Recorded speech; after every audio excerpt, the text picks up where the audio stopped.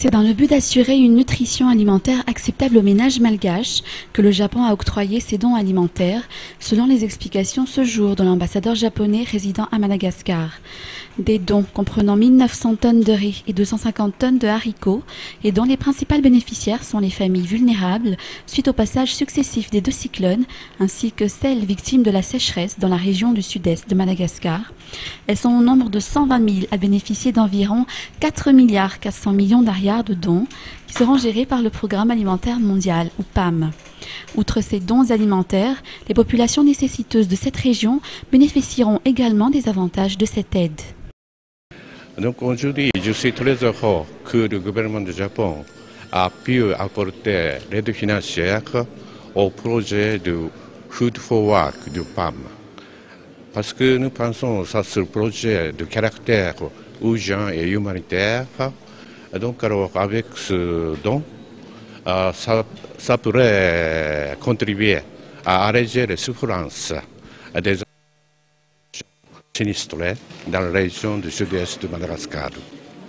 Les dons ne seront pas distribués directement aux familles nécessiteuses, mais leur seront attribués sous forme de vivres contre travail, selon le représentant du PAM à Madagascar. L'objectif étant d'aider les ménages nécessiteux à améliorer leur capacité économique, tout en apportant des activités de redressement à la région.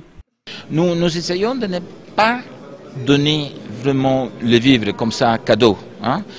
On peut le faire, mais seulement tout de suite après l'urgence, quand il n'y a pas d'autres moyens.